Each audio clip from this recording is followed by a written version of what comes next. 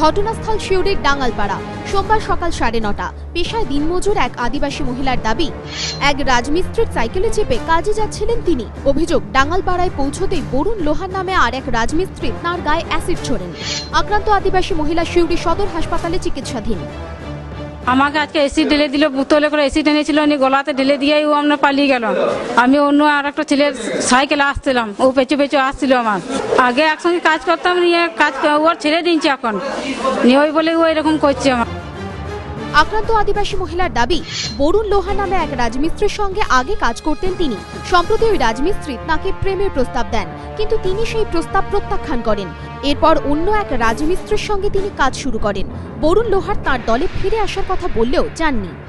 সেই ক্ষোভেই তার উপর অ্যাসিড হামলা চালায় বরুণ লোহার। আমি কাজ করতাম ওর সঙ্গে, আগে কাজ করতে করতে আমাকে ও ভালোবেসে ফেলেছিল, নিয়ে বলেছিল আমার সঙ্গে তুমি চলো। আমি যাইনি, আমার স্বামী আছে, ছেলে আছে, আমি তার সঙ্গে আমি যাবো না বলে আমি যাইনি বলে আমাকে এরকম করছে, ও জ্বালার যন্ত্রণা আমাকে দিচ্ছে। অভিযুক্ত বরুণ লোহারকে গ্রেপ্তার করেছে সিউড়ি থানার পুলিশ। গোপাল চট্টোপাধ্যায়ের রিপোর্ট, এবিপি আনন্দ, বীরভূম।